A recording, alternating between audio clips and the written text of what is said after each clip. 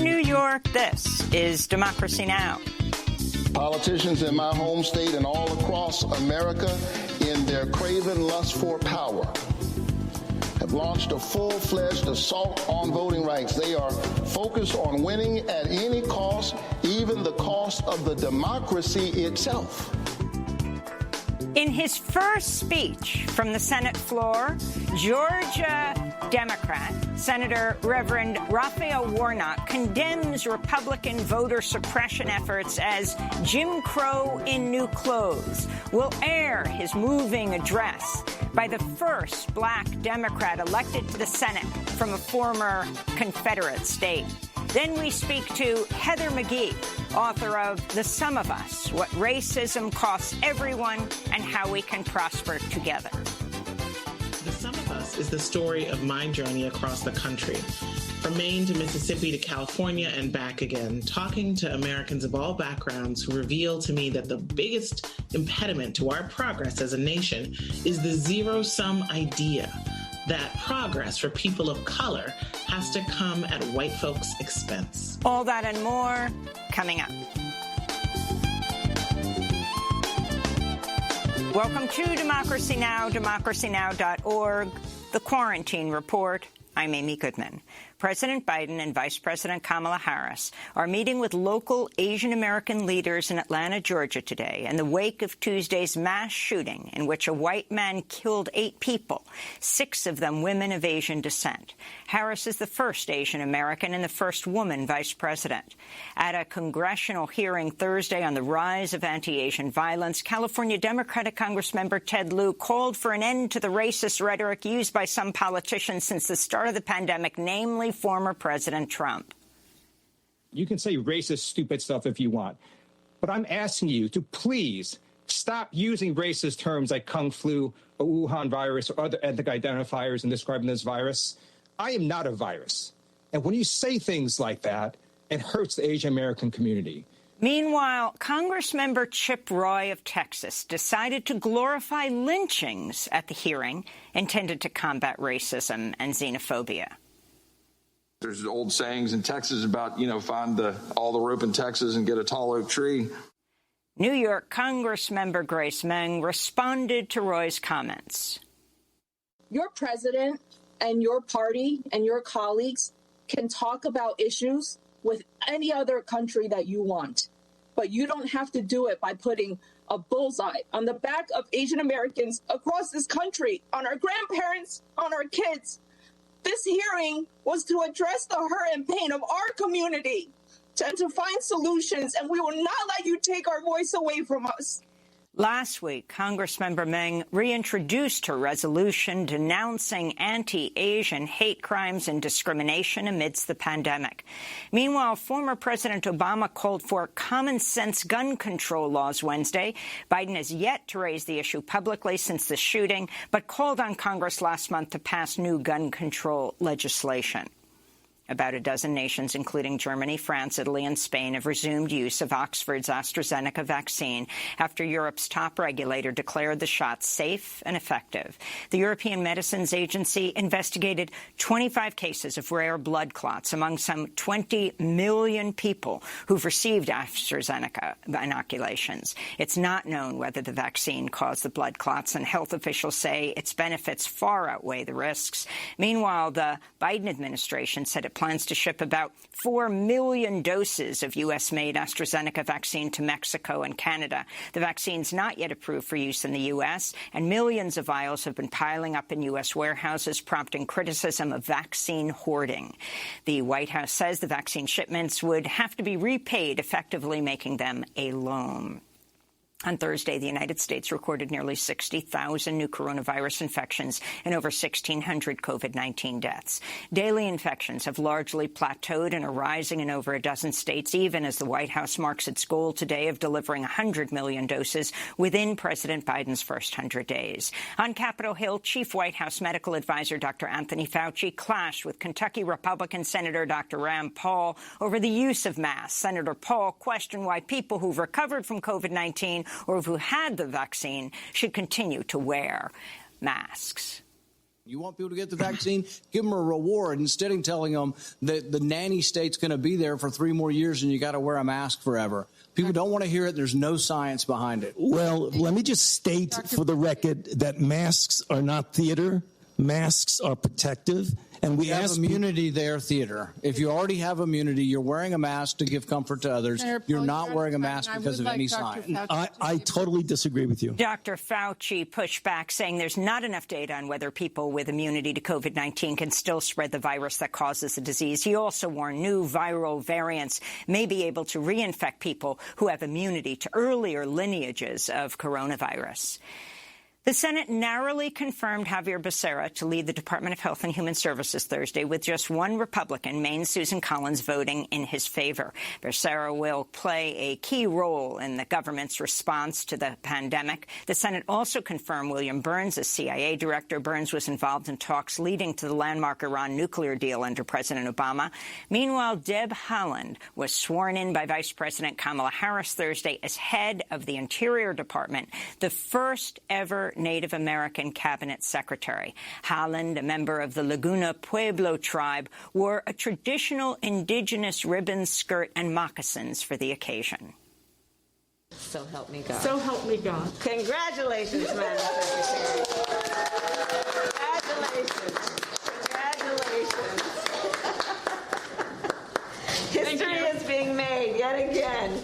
The House of Representatives passed 2 immigration bills that would establish a pathway to citizenship or legal residency for undocumented people brought to the U.S. as children, some immigrants with temporary protected status, as well as undocumented farm workers. The American Dream and Promise Act would largely apply to people with DACA, that's Deferred Action for Childhood Arrivals, and will reportedly benefit some 2.5 million undocumented immigrants. The second bill, the Farm Workforce Modernization Act, would allow about 1 million undocumented farm workers to get a green card if they pay a penalty and continue to work in the industry for 4 to 8 more years. While some advocates have celebrated the bills, many are denouncing the exclusion of millions of other undocumented people, including those who've been convicted of a crime.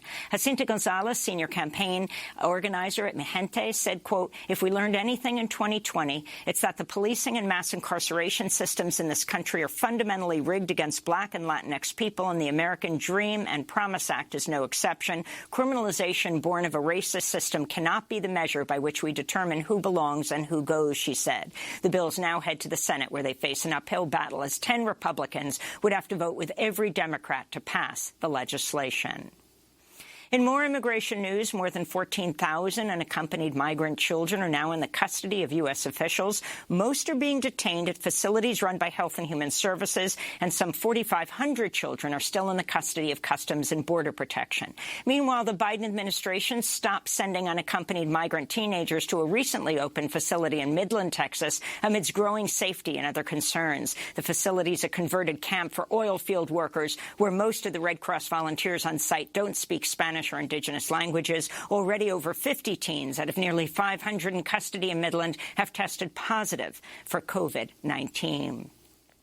The House of Representatives voted Thursday to award congressional gold medals to all members of the Capitol Police Force over their role in battling the mob of Trump supporters that attacked Congress on January 6th. A dozen pro-Trump Republicans voted against the measure, citing objections to language that referred to the January 6th Capitol assault as an insurrection. The U.S. and China traded tense verbal attacks as the first high-level talks between the two countries since the start of the Biden administration kicked off in Alaska Thursday. This is Secretary of State Antony Blinken.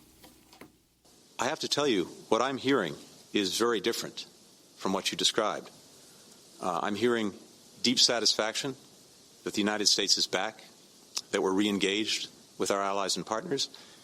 I'm also hearing deep concern about some of the actions your government is taking. The U.S. accused China of threatening global stability and raised human rights issues. China, meanwhile, said the U.S. is using its military and economic might to carry out its own national priorities and, quote, incite some countries to attack China. This is senior Chinese diplomat Yang Jiechi.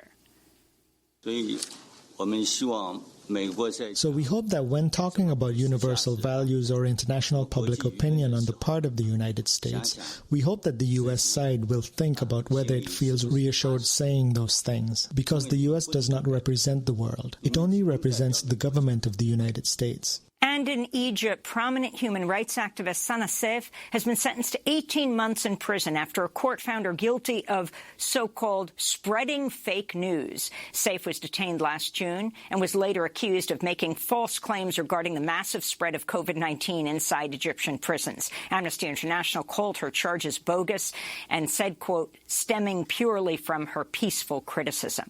During the revolution in 2011, Sana Seif, who was then just 17 years old, spoke with Democracy Now's Sharif Abdel-Quddus about publishing a newspaper in defiance of rules requiring government permission. It's the perfect timing to push the borders of freedom further. So we thought, why not? Let's make a newspaper and let's not get permissions for that. Let's just sell it in the streets. It's called Voices of Tahrir, Voices of Liberation, and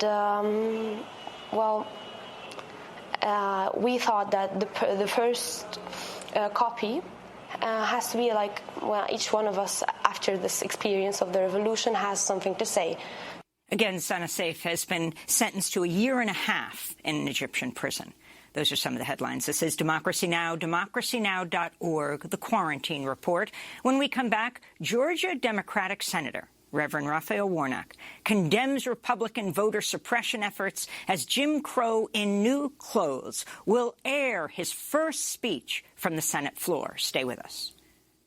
Gonna lay down my sword and shield down by the riverside, down by the riverside, down by the riverside. I'm gonna lay down my sword and shield way down by the riverside. I ain't gonna study war no more. I ain't gonna study war no more. I ain't gonna study war no more. I ain't gonna study war no more. I ain't gonna study war no more. I ain't gonna study war no more. Ain't gonna study war no more. I'm gonna lay down the bombs and guns way down by the riverside, way down by the riverside. Sweet Honey in the Rock, Down by the Riverside, performing in our old downtown community television studios, in an old firehouse studio in 2003, as we continue to dig into our archives throughout this 25th anniversary year of Democracy Now! This is Democracy Now!, democracynow.org, The Quarantine Report. I'm Amy Goodman. Senate Democrats have introduced sweeping voting rights legislation passed by the House of Representatives earlier this month. The For the People Act aims to improve voter registration and access to the polls, ends partisan and racial gerrymandering, forces the disclosure of dark money donors, increases public funding for candidates, and imposes strict ethical and reporting standards on members of Congress and the U.S. Supreme Court. Republicans have signaled they'll use the filibuster to defeat the bill. This comes as voting rights are under attack in courthouses and state houses across the country. Republican state lawmakers have introduced over 250 bills in 43 states to limit voter access. Meanwhile, the Supreme Court appears poised to uphold controversial voting limits in Arizona in a case that would further gut the Voting Rights Act. We turn now to newly elected Georgia Democratic Senator Raphael Warnock's first Senate speech. He's the first black senator to represent Georgia and the first black Democrat to be elected to the Senate in the South. Reverend Warnock is also a pastor of the Ebenezer Baptist Church in Atlanta, which was the spiritual home of Dr. Martin Luther King, Jr. Now, Senator Warnock focused on voting rights in his maiden floor speech, but he began by condemning the deadly shootings at the 3 spas in the Atlanta region on Tuesday that left 8 people dead, including 7 women, 6 of whom were of Asian descent. Mr. President, before I begin my formal remarks, I want to pause to condemn the hatred and violence that took 8 precious lives last night in metropolitan Atlanta. I grieve with Georgians, with Americans, with people of love all across the world. This unspeakable violence, visited largely upon the Asian community, is one that causes all of us to recommit ourselves to the way of peace, an active peace that prevents these kinds of tragedies from happening in the first place. We pray for these families. Mr. President, I rise here today as a proud American and as one of the newest members of the Senate in all of the journey that has brought me to these hallowed halls, and with an abiding sense of reverence and gratitude for the faith and sacrifices of ancestors who paved the way. I am a proud son of the great state of Georgia, born and raised in Savannah, a coastal city known for its cobblestone streets and verdant town squares.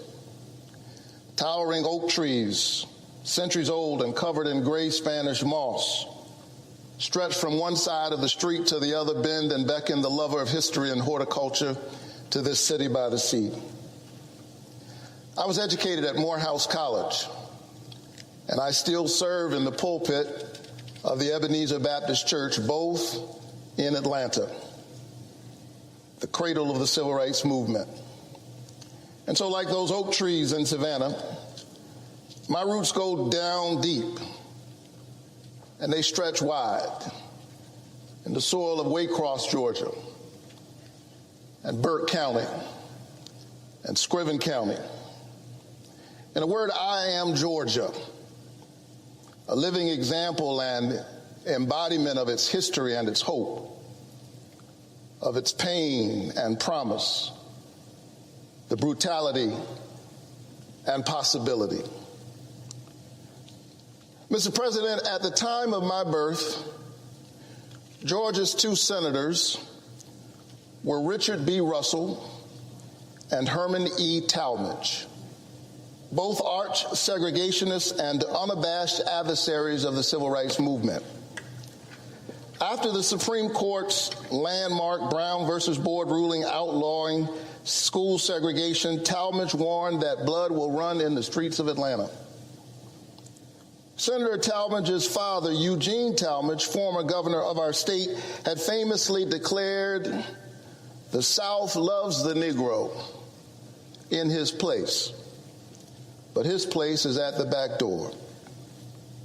When once asked how he and his supporters might keep black people away from the polls, he picked up a scrap of paper and wrote a single word on it: pistols. Yet there is something in the American covenant, in its charter documents, and its Jeffersonian ideals that bends toward freedom. And led by a preacher and a patriot named King, Americans of all races stood up. History vindicated the movement that sought to bring us closer to our ideals, to lengthen and strengthen the cords of our democracy. And I now hold the seat, the Senate seat, where Herman E. Talmadge sat. And that's why I love America. I love America because we always have a path to make it better, to build a more perfect union. It is a place where a kid like me who grew up in public housing, first college graduate in my family, can now stand as a United States Senator. I had an older father. He was born in 1917. Serving in the Army during World War II, he was once asked to give up his seat to a young teenager while wearing his soldier's uniform. They said, making the world safe for democracy. But he was never bitter. And by the time I came along, he had already seen the arc of change in our country. And he maintained his faith in God and in his family and in the American promise, and he passed that faith on to his children. My mother grew up in Waycross, Georgia. You know where that is? It's way across Georgia. And like a lot of black teenagers in the 1950s, she spent her summers picking somebody else's tobacco and somebody else's cotton.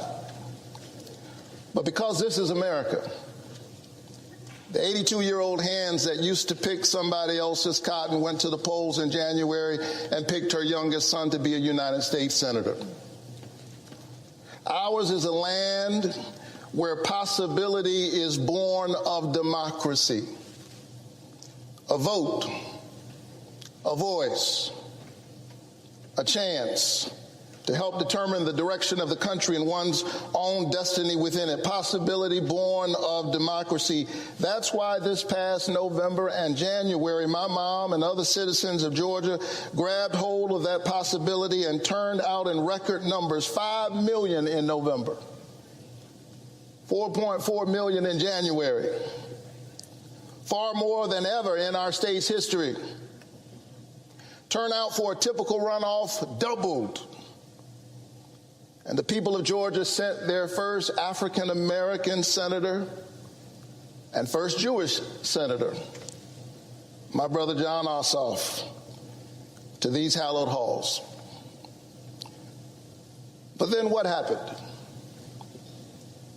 Some politicians did not approve of the choice made by the majority of voters in a hard-fought election in which each side got the chance to make its case to the voters.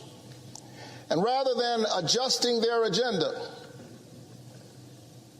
rather than changing their message, they are busy trying to change the rules. We are witnessing right now a massive and unabashed assault on voting rights, unlike anything we've ever seen since the Jim Crow era.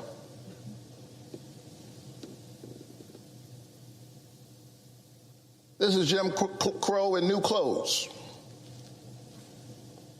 Since the January election, some 250 voter suppression bills have been introduced by state legislatures all across the country, from Georgia to Arizona, from New Hampshire to Florida,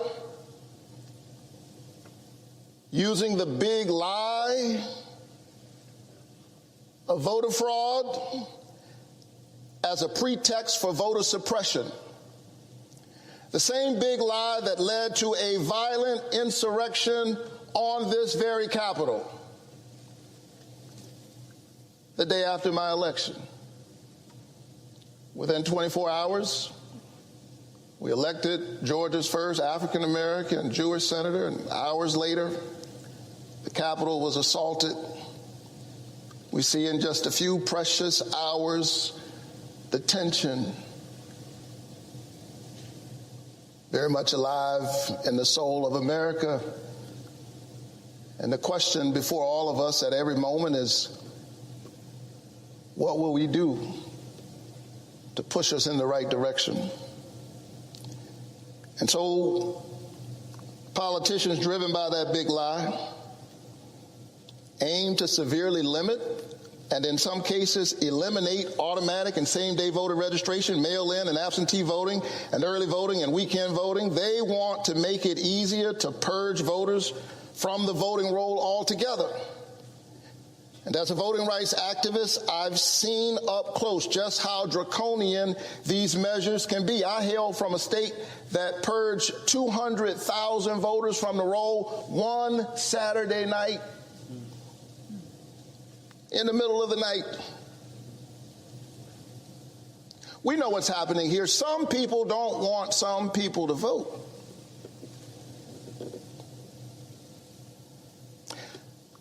I was honored on a few occasions to stand with our hero and my parishioner, John Lewis. I was his pastor, but I'm clear he was my mentor. On more than one occasion, we boarded buses together after Sunday church services as part of our Souls to the Polls program, encouraging the Ebenezer Church family and communities of faith to participate in the democratic process. Now, just a few months after Congressman Lewis's death, there are those in the Georgia legislature, some who even dared to praise his name, that are now trying to get rid of Sunday souls to the polls, making it a crime for people who pray together to get on a bus together in order to vote together. I think that's wrong. Matter of fact, I think that a vote is a kind of prayer for the kind of world we desire for ourselves and for our children. And our prayers are stronger when we pray together. To be sure, we have seen these kinds of voter suppression tactics before. They are a part of a long and shameful history in Georgia and throughout our nation. But refusing to be denied, Georgia citizens and citizens across our country brave the heat and the cold and the rain, some standing in line for 5 hours, 6 hours, 10 hours, just to exercise their constitutional right to vote. Young people, old people, sick people, working people, already underpaid, forced to lose wages, to pay a kind of poll tax while standing in line to vote. And how do some politicians respond? Well, they're trying to make it a crime to give people water and a snack as they wait in lines that are obviously being made longer by their draconian actions. Think about that. Think about that. They are the ones making the lines longer through these draconian actions.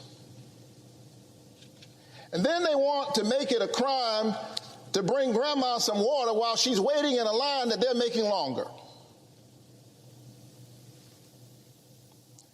Make no mistake,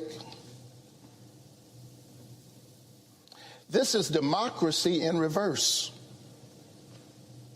Rather than voters being able to pick the politicians are trying to cherry pick their voters. I say this cannot stand.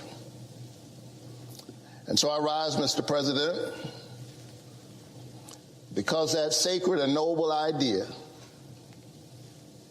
one person, one vote, is being threatened right now.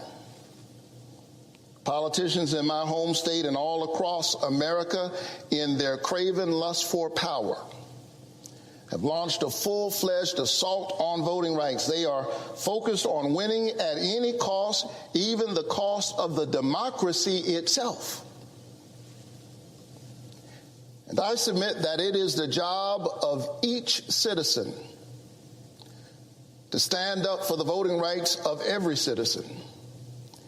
And it is the job of this body to do all that it can to defend the viability of our democracy.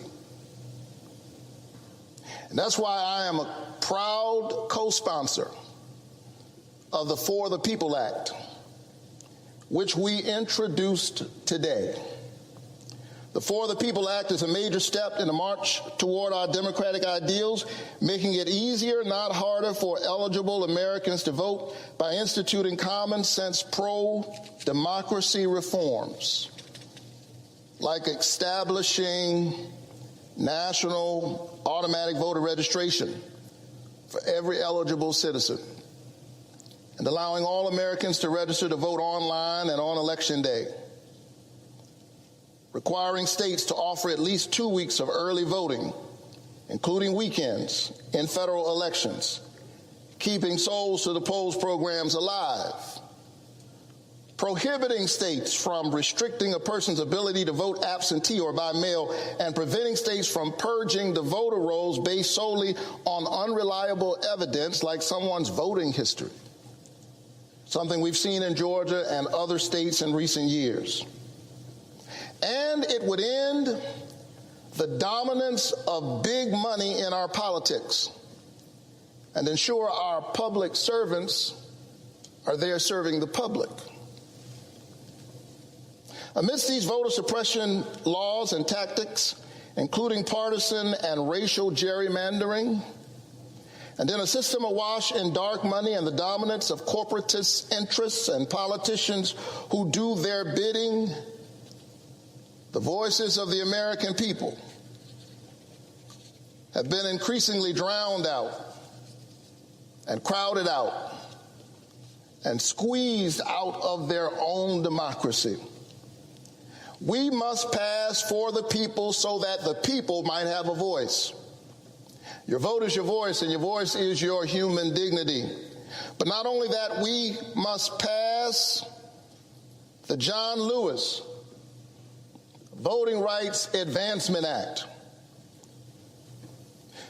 You know, voting rights used to be a bipartisan issue. The last time the voting rights bill was reauthorized was 2006. George W. Bush was president, and it passed this chamber 98-0. But then in 2013, the Supreme Court rejected the successful formula for supervision and pre-clearance contained in the 1965 Voting Rights Act. They asked Congress to fix it. That was nearly 8 years ago. And the American people are still waiting. Stripped of protections, voters in states with a long history of voter discrimination and voters in many other states have been thrown to the winds. We Americans have noisy and spirited debates about many things, and we should. That's what it means to live in a free country. But access to the ballot ought to be nonpartisan. I submit that there should be 100 votes in this chamber for policies that will make it easier for Americans to make their voices heard in our democracy. Surely, there ought to be at least 60 in this chamber who believe, as I do, that the four most powerful words uttered in a democracy are "the people have spoken." Therefore, we must ensure that all of the people can speak. But if not, we must still pass voting rights. The right to vote is preservative of all other rights. It is not just another issue alongside other issues. It is foundational. It is a reason why any of us has the privilege of standing here in the first place. It is about the covenant we have with one another as an American people, e pluribus unum, out of many one. It, above all else, must be protected. And so let's be clear. I'm not here today to spiral into the procedural argument regarding whether the filibuster in general has merits or has outlived its usefulness. I'm here to say that this issue is bigger than the filibuster. I stand before you saying that this issue, access to voting and preempting politicians' efforts to restrict voting, is so fundamental to our democracy that it is too important to be held hostage by a Senate rule, especially one historically used to restrict expansion of voting rights. It is a contradiction to say we must protect minority rights in the Senate while refusing to protect minority rights in the society. Colleagues, no Senate rule should overrule the integrity of our democracy. And we must find a way to pass voting rights whether we get rid of the filibuster or not.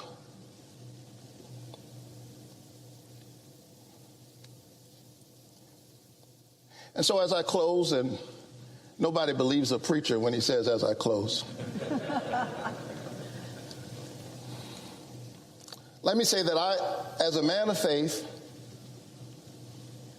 I believe that democracy is the political enactment of a spiritual idea.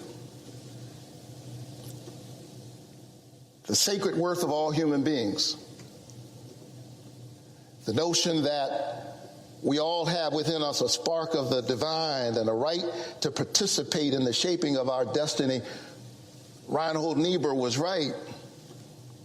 Humanity's capacity for justice makes democracy possible, but humanity's inclination to injustice makes democracy necessary.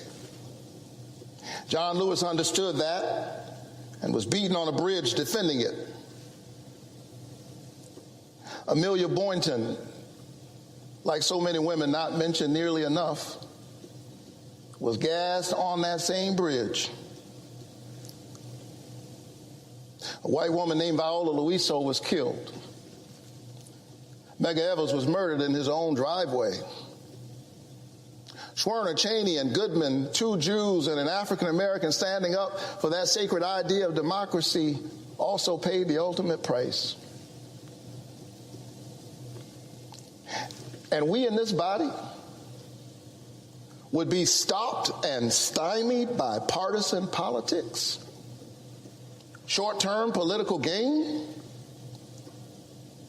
Senate procedure. I say let's get this done no matter what. I urge my colleagues to pass these two bills, strengthen and lengthen the cords of our democracy, secure our credibility as the premier voice for freedom-loving people and democratic movements all over the world, and win the future for all of our children. Mr. President, I yield the floor. That's Georgia's new Democratic Senator, the Reverend Raphael Warnock, giving his first speech from the Senate floor in a rare display in the Senate. The people in the room gave him a standing ovation.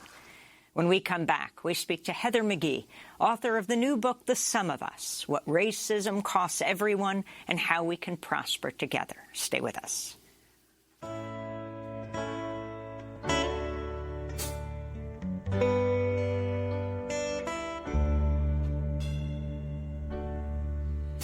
Now we've been viewed and we've been scorned. We've been talked about, sure as you born. But we'll never turn back. No, we'll never turn back.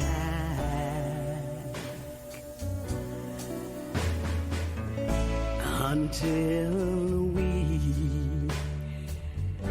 walk in peace.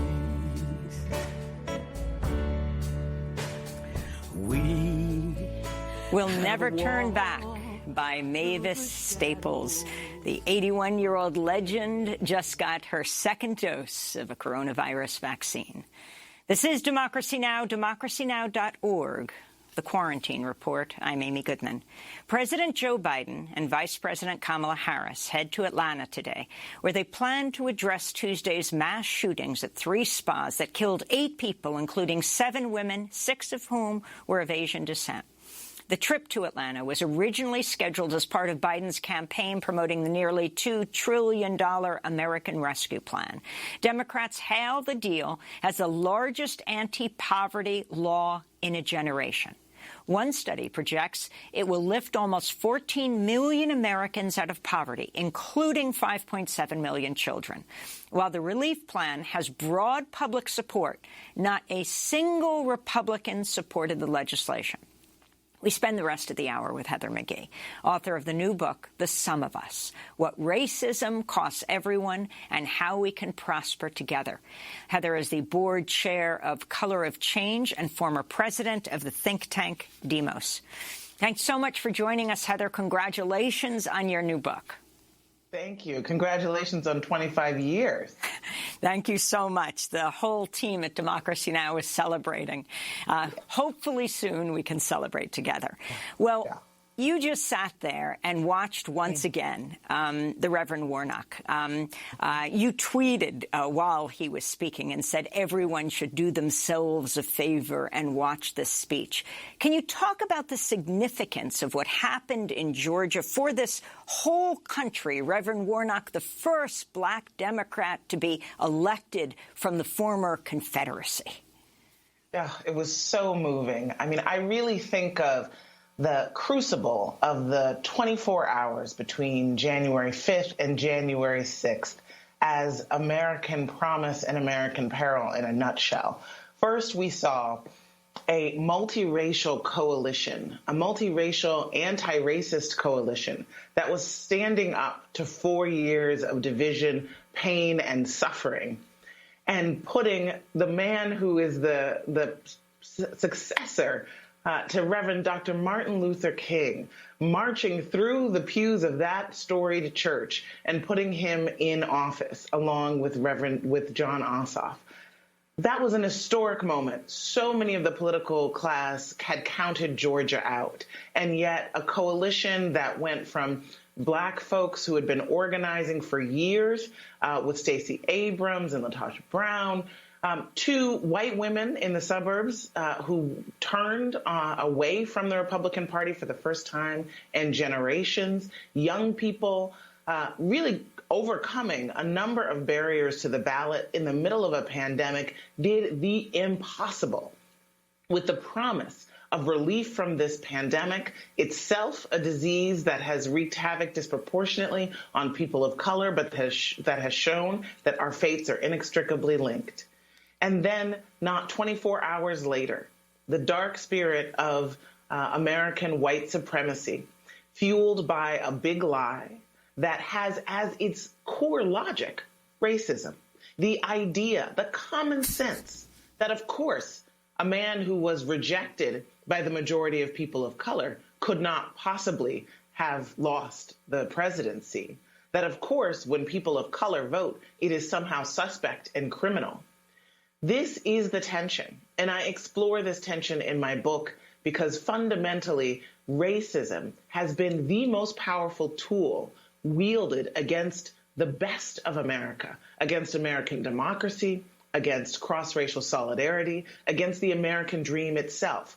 I talk about how it's brought us the inequality era, and figures like Reverend Warnock, who put into perspective, who in their own lives have so much of the course of American history on display, are whom we need to look to right now to remind us that that tool always robs this country of its best promise. You mentioned Stacey Abrams. Georgia's state Senate recently approved a bill that would end the right of voters to cast absentee ballots without excuse, while toughening voter ID requirements.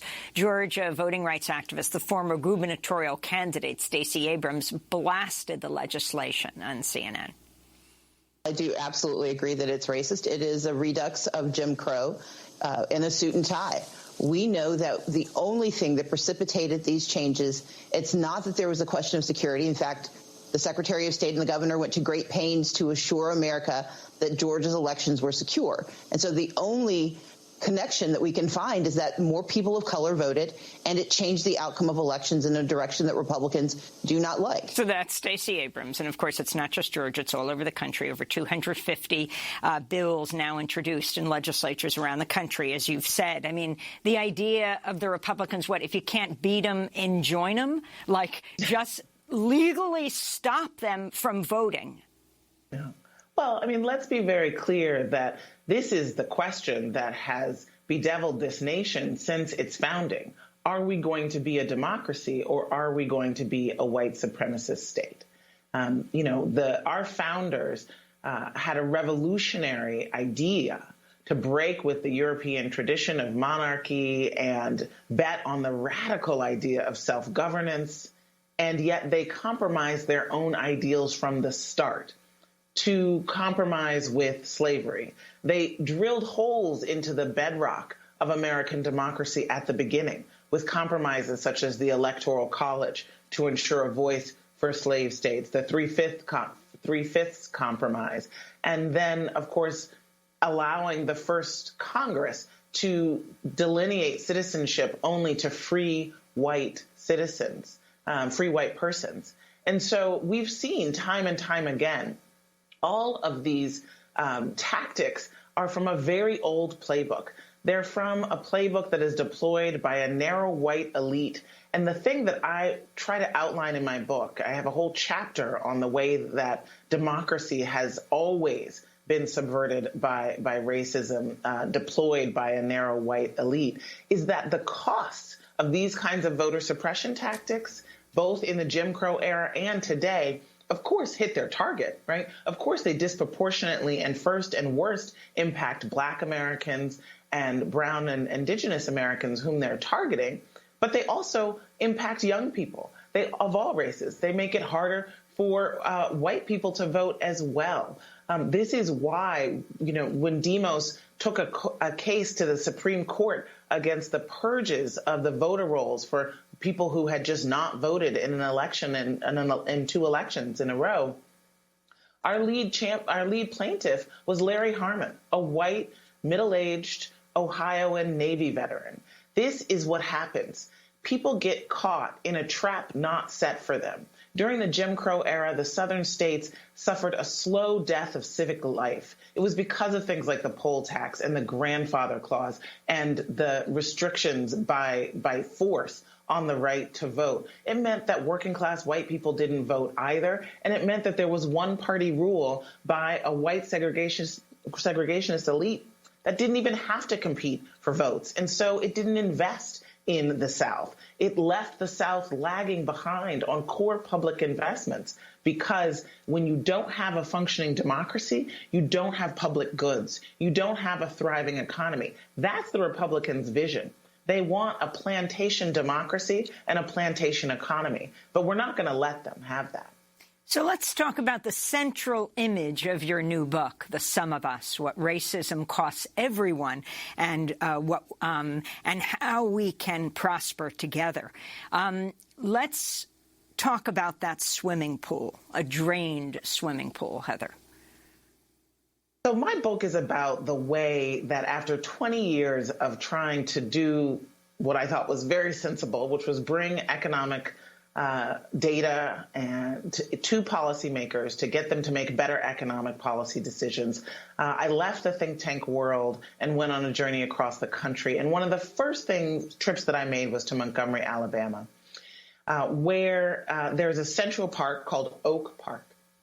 And it used to be really the beating heart of the city. And in the middle of Oak Park, there used to be one of what was at one point nearly 2,000 grand resort-style public swimming pools. And these weren't just any kinds of swimming pools. These were pools that held over 1,000 swimmers at a time, and they were built in a building boom of public amenities in the 1930s and 40s. In the New Deal era, Amy, where we saw a government ethos that said it is the government's job to lift the standard of living of our people, to provide protections for workers, to invest in a heretofore completely unthought of idea, which is that working class people would be able to own a home with no down payment and stretching it out over 30 years, through to the GI Bill, which was a massive investment in economic security and created a white middle class. And I say a white middle class because virtually all of those public investments and protections that I just described were for whites only, either by design, such as with the mortgage market and the redlined housing maps, to the GI Bill, which was race neutral on its face, but excluded millions of Black GIs. The swimming pools across the country, in so many places, not just in the South, were also segregated and for whites only. And when the civil rights movement empowered Black families to say, hey, those are our tax dollars, we want our kids to swim too, what did white-controlled towns do instead of integrating them? All across the country, but definitely in Oak Park in Montgomery, Alabama, where I visited, they drained the public pool rather than integrate them. They took out the water, poured in dirt, seeded it over with grass. In Montgomery, they kept the entire Parks and Recreation Department closed for a decade to avoid integration. I went, as I said, to Oak Park, and I walked the grounds. Even after they reopened the park, they never rebuilt the pool. And for me, that was a perfect image of what's happened to the American economy. As the majority of white voters turned their backs on the party of the New Deal, the party that had really guaranteed middle-class security for white America when that promise was extended across the color line during the Civil Rights Movement. And Lyndon Johnson then became the last Democrat to win the majority of white voters, even until today. I wanted to go to Bessemer, Alabama, and this is an issue that is very dear to your heart. You went there. Amazon workers continuing to vote on whether to become the first unionized Amazon warehouse in the country. They're demanding stronger COVID safety measures and relief from impossibly high productivity standards that leave many unable to take even bathroom breaks. Upwards of 80% of the Bessemer workers are black. The majority are women. Last month, we spoke to Jennifer Bates, a worker and organizer at Amazon's warehouse in Bessemer. She just testified also before Congress. This was what she said on our show. Well, the reason why we're organizing is because we need an even playing field.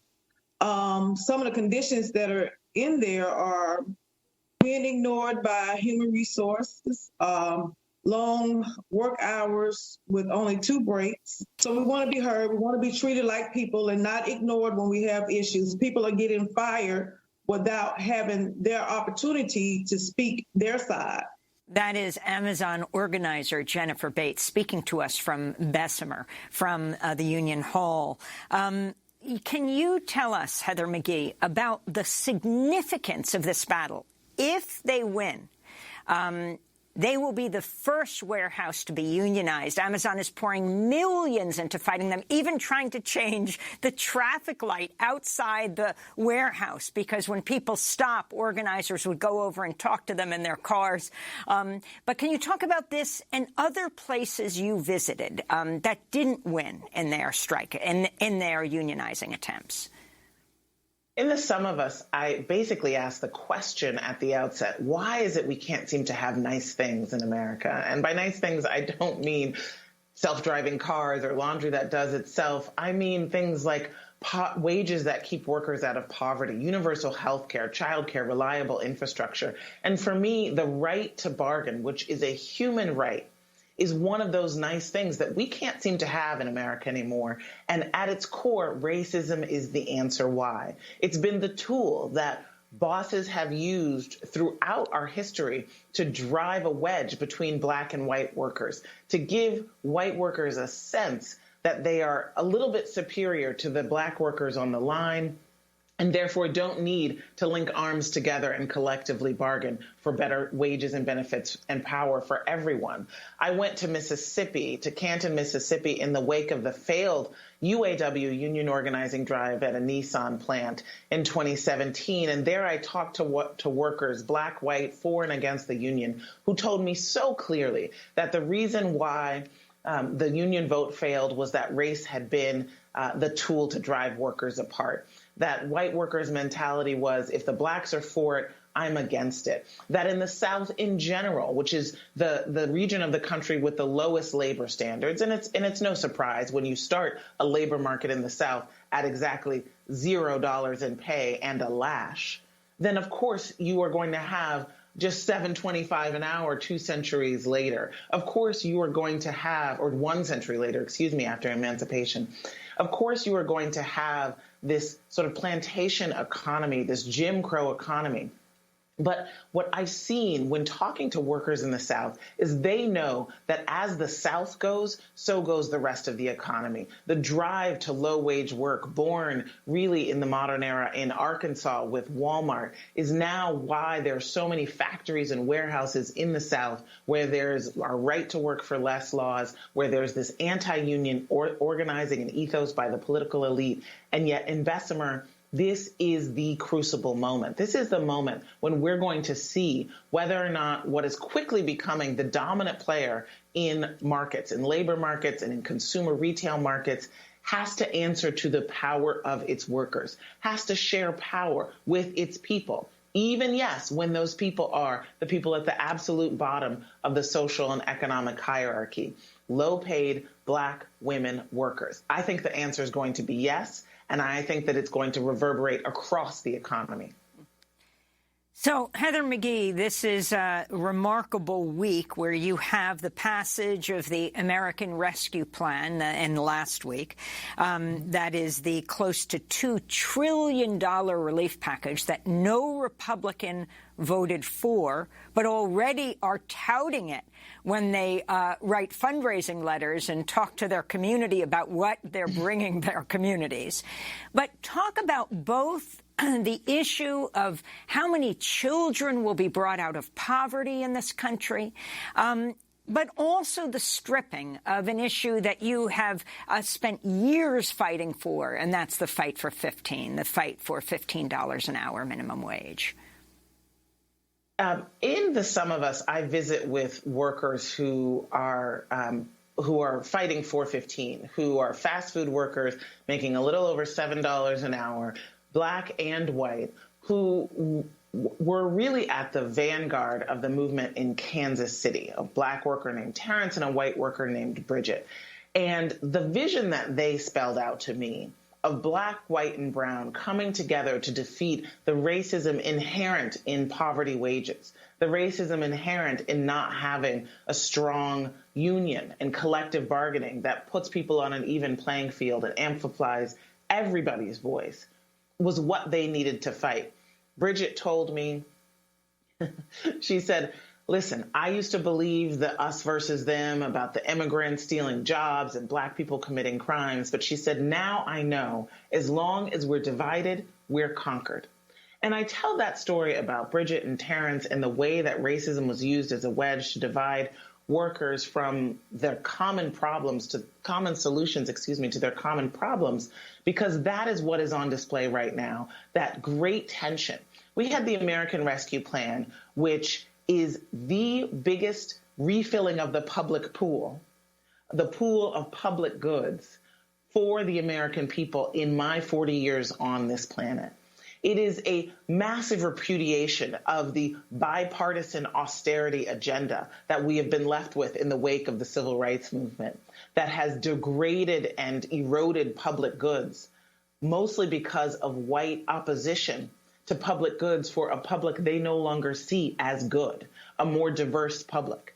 You saw that Republicans knew that they could cavalierly vote against something that would help millions of white Americans as well as Black and brown Americans, because their messaging at the national level and in the right-wing media is that this is about Black and brown people. A Republican congresswoman said, I'm voting against this bill because Joe Biden's opening the border instead of opening schools. How is that helping our children? We saw immediately Fox News pivot towards the one provision that was for Black farmers who were left out of the trillions of dollars in aid that has been given over the past number of generations exclusively to white farmers, including the billions of dollars most recently in the Trump administration, where Black farmers were discriminated out of their fair share. This is the divide and conquer. This is trying to activate the zero sum. And the fact that we were not able We have 10 seconds. We were not able to get the minimum wage bill in there is really about the failure of a multiracial coalition to have the kind of enduring power that we need to lift the wages for all working people. Heather McGhee, we want to thank you for being with us. We're going to post part 2 online at democracynow.org. Author of the new book, The Sum of Us, What Racism Costs Everyone and How We Can Prosper Together. Heather McGhee, the board chair of Color of Change, former president of the think tank Demos. Happy birthday to Tammy Warrenoff. Remember, wearing a mask is an act of love. I'm Amy Goodman. Thanks for joining us.